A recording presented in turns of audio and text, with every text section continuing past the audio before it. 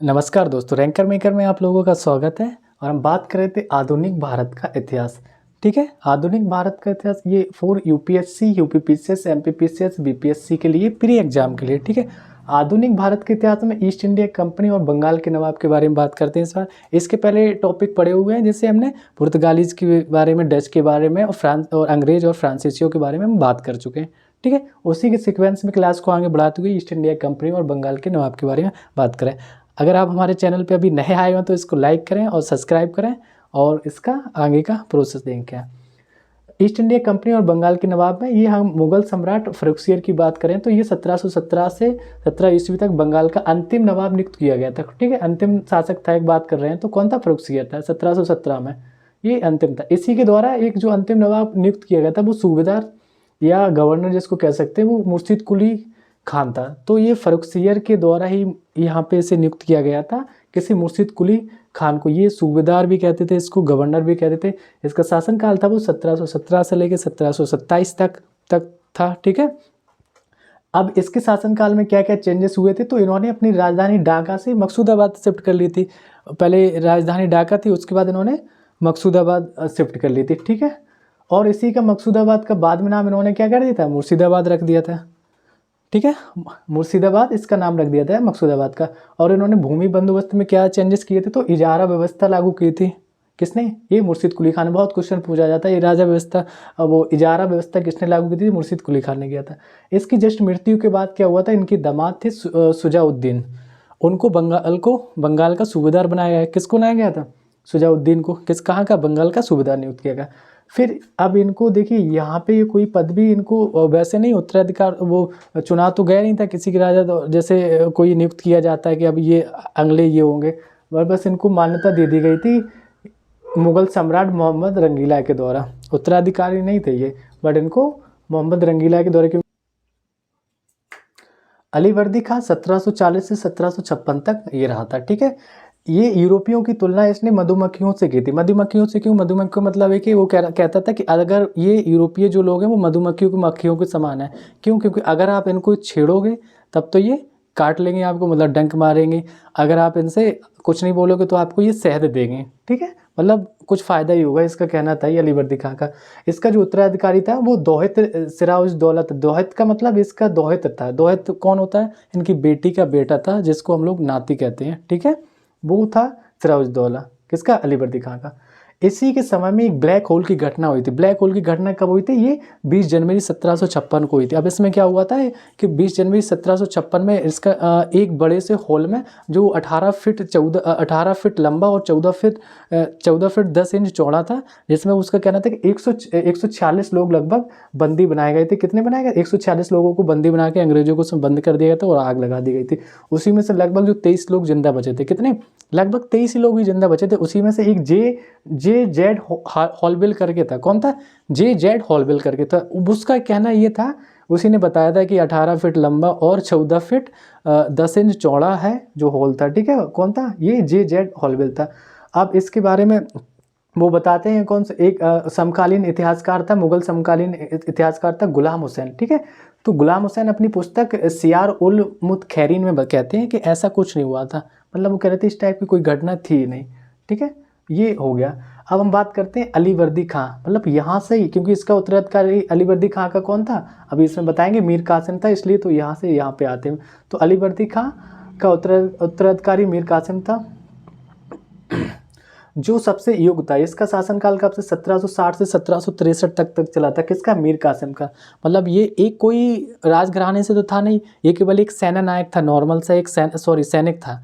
ठीक, सैनिक था। और इसने अपनी जो युद्धता का वीरता का जो प्रदर्शन दिखाया था वो पूर्णिया और रंगपुर के युद्धों में दिखाया था। इसलिए इसको योग्य माना जाता था, क्योंकि उस टाइम पे यही था, जो युद्ध भूमि में अच्छे से युद्ध करेगा तो वो योग्य रहता था। तो ये पूर्णिया और रंगपुर के युद्ध में इसने अपनी सारी चीज़ें दिखा दी थी कि योद्धा है ये।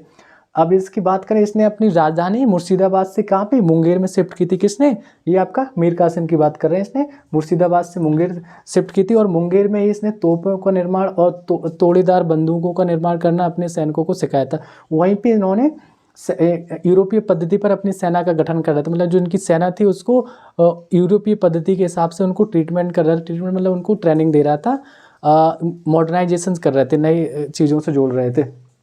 ठीक है, हम बात करते हैं प्लासी के युद्ध की। तो प्लासी का युद्ध 23 जनवरी 1757 को हुआ था। कब हुआ था?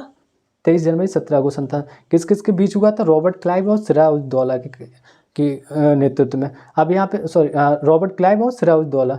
अब रॉबर्ट क्लाइव कौन था? अंग्रेजों का नेतृत्व कर रहा था। इसी को रॉबर्ट क्लाइव के समय से ही माना जाता है कि इसमें ब्रिटिश का प्रभुत्व आरंभ हो गया था। कब से? रॉबर्ट क्लाइव के यही प्लासी के युद्ध से। और सिराजुद्दौला की कहानी क्या थी कि इनके दो अग्रणी सैनिक थे, या नेता भी बोल सकते हैं, जो टुकड़ी के नेता थे, सैनिक टुकड़ी के।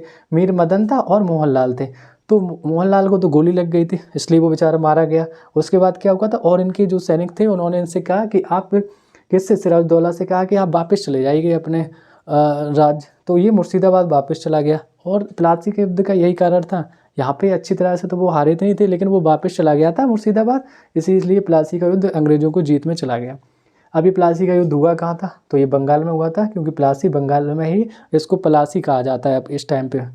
ठीक है, और बंगाल में ये भागीरथी के किनारे, भागीरथी नदी किनारे। आप कहोगे भागीरथी यहाँ कहाँ से आ गई? हाँ भैया, इससे यहाँ पे हुगली नदी को ही भागीरथी नदी कहा जाता है, और इसको विश्वासघात नदी भी कहा जाता है। विश्वासघात नदी क्यों? क्योंकि इसमें अचानक से कभी कभी बाढ़ आ जाती है।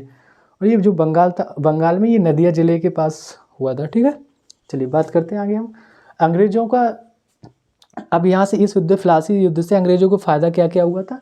तो इनको सैनिकों को फायदा हुआ था, वाणिज्यिक फायदे हुए थे, कृषि एवं दस्तकारियों का फायदा हुआ था। और दो तीन अग्रणी राज्य थे, जैसे बिहार था, बंगाल था और उड़ीसा था, वहाँ पे इन्होंने अपना प्रभुत्व स्थापित कर लिया था। ठीक है, इसे BEIC मतलब BEIC का मतलब ब्रिटिश ईस्ट इंडिया कंपनी की पहली निर्णायक सफलता माना जाता है। कौन सी? ब्रिटिश ईस्ट इंडिया कंपनी की, किसको? प्लासी के युद्ध को पहली निर्णायक सफलता माना जाता है। लेकिन इससे भी अच्छा इन्होंने काम कब किया था? जो अच्छा सफलता, वास्तविक सफलता मानी जाती है, वो इनको बक्सर के युद्ध में माना जाता है। मतलब सर्वाधिक निर्णायक जो माना जाता है युद्ध, वो बक्सर का युद्ध था, 1764 में हुआ था। ठीक है, जिसने भारत में वास्तविक रूप से ब्रिटिश प्रभुत्व सत्ता स्थापित की थी। मतलब अगर बात करें तो प्लासी के युद्ध से अंग्रेजों की जो प्रभुत्व आरंभ हुआ था वो नहीं था, और उससे भी अच्छी तरीके से इन्होंने बक्सर के युद्ध से भारत में अपना वास्तविक ब्रिटिश प्रभुत्व सत्ता स्थापित कर ली थी। ठीक है, ये सब हो गया। इसकी बात करते हैं हम यहाँ पे क्लाइव की। सॉरी, ये तो हो गया था। यहाँ से बात करते हैं अलीवर्दी खां के। ठीक है, अलीवर्दी खां। और अलीवर्दी खां का जो यहाँ से, ये अलीवर्दी खां का रिलेटेड टॉपिक है कि अलीवर्दी खां का ही जो क्या हुआ था, इसका जो उत्तराधिकारी था वो मीर कासिम था। ओ आई थिंक ये हो गया। ठीक है, अच्छा यहाँ से बताना था, क्लाइव भारत में बंगाल के गवर्नर के रूप में आया था। ठीक है, कौन आया था? क्लाइव भारत में बंगाल के गवर्नर के रूप में आया था। एंड यहाँ बंगाल में क्लाइव ने बंगाल में द्वैध शासन स्थापित किया था, मतलब बंगाल में द्वैध शासन लगा दिया था। और 1757 से लेकर 1760 ईस्वी तक ये वहाँ का गवर्नर रहा। फिर उसके बाद 1765 से 1767 में फिर से बनाया गया। मतलब ये 1760 तक तो रहा था, फिर इसको बीच में भगा दिया गया था, वहाँ पे ब्रिटेन वापस चला गया। लेकिन देखा था कि इसके नेतृत्व में यहाँ इंडिया में सारे काम अच्छे हो रहे थे, तो इसको फिर से बुला लिया गया। 1765 से 1767 तक फिर से गवर्नर बना दिया गया। और इसी समय इसने अवध के नवाब शुजाउद्दौला से इलाहाबाद की संधि की थी 12 अगस्त 1765 को। ठीक है, ये पहली संधि थी इनकी। और इसको क्लाइव को विलियम पिट ने क्या कहा था? विलियम पिट इसके बारे में कहते हैं कि ये स्वर्ग से उत्पन्न सेना नायक है। वो कहते थे ये कोई आम आदमी नहीं है, ये स्वर्ग से उत्पन्न एक सेना नायक है। कौन है? क्लाइव। किसने कहा था? विलियम पिट ने कहा था। ठीक है, और हम इसको ये भी कह सकते हैं कि ये बंगाल में एक लुटेरा राज की स्थापना कर रहा था क्लाइव। क्यों? क्लाइव मतलब अधिकतर अपना लूटपाट ही कर रहा था। और इसी ने 1765 में सिलहट की दीवानी इसको प्राप्त हुई थी क्लाइव को। ठीक है, हम बात करते हैं बक्सर का युद्ध। यहाँ पे थोड़ी सी बात की थी कि वास्तविक निर्णायक युद्ध क्यों था ये। तो बक्सर का युद्ध 22 अक्टूबर 1764 को आरंभ हुआ था। और इसमें अंग्रेजों का जो नेतृत्व कर रहे थे वो मेजर हेक्टर मुनरो था। ठीक है, अंग्रेजों की तरफ कौन हो गया? मेजर हेक्टर मुनरो हो गया। और यहाँ से नवाबों की तरफ से कौन था, मीर कासिम था। मीर कासिम के साथ और भी लोग थे, जैसे दिल्ली के नवाब थे, जिसको जो मुग़ल सम्राट शाह आलम सेकंड थे, और कौन था, ये शुजाउद्दौला भी था, जो अवध का नवाब था। शुजाउद्दौला अवध का नवाब था, ये दिल्ली का शाह आलम था। ठीक है, तो इसमें ये लोग तो हार गए थे, यहाँ से भी अंग्रेज जीत गए। इसलिए फिर इनके साथ में इलाहाबाद की संधि हुई, जिसमें इलाहाबाद संधि 16 अगस्त 1765 की हुई। अब इलाहाबाद की संधि में क्या हुआ था, इन लोगों ने बहुत सारी चीज़ें, मतलब अपने जो एरिया थे वो अंग्रेजों को दे दिए, और केवल ये पेंशन पे आ गए कौन, मुग़ल शाह आलम सेकंड। और उसके बाद ये अवध के नवाब पेंशन पे आ गए। शाह आलम को क्या हुआ था, रंगून मतलब बर्मा भेज दिया गया था। ठीक है, वो भी पेंशन पे ही थे। मतलब यहाँ से क्या हुआ, मुग़ल सम्राट एकदम से, शाह आलम द्वितीय ख़त्म हो गया तो मुग़ल सम्राट ही ख़त्म हो गया, कोई नहीं बचा था फिर उसमें, ख़त्म यहाँ पे इनका। और यहाँ पे इनके अंग्रेज़ों का और भी एरिया मिल गया था। अब इसी के बारे में के.एम. पनिकर कहते हैं कि ये 1765 से 1772 तक कंपनी ने बंगाल में डाकुओं को राज स्थापित किया था। डाकुओं को राज स्थापित करने का मतलब एक टाइप से लूटपाट ही ज़्यादा हो रही थी वहाँ पे बंगाल में, इसलिए इसको कहा गया 1765 से 1772 तक इसने डाकियों को स्थापित किया था।